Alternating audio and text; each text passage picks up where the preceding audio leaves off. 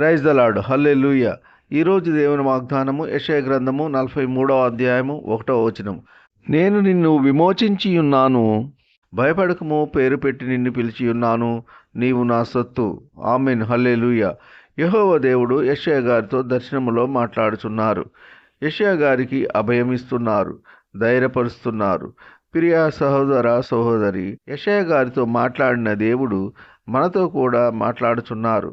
కష్టంలో ఉన్నానని, నష్టంలో ఉన్నానని, తీరని అప్పుల బాధలు, ఆర్థిక సమస్యలతో కొట్టుమిట్టాడుచున్న ప్రియ సహోదర సహోదరి, మన పరమ తండ్రి అయిన దేవుడు మనకు అభయమిస్తున్నారు, ధైర్యపరుస్తున్నారు. యెషయా గారికి తోడై ఉన్న దేవుడు నీకును నాకును తోడై ఉన్నారు.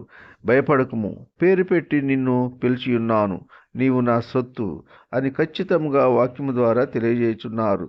సృష్టికర్త అయిన దేవుడు, సర్వాధికారి, తన స్వరూపమందు మానవుని సృష్టించిన దేవుడు మనకు వాగ్దానము చేయగా ఎందుకు దిగులు పడాలి, ఎందుకు కృంగిపోవాలి?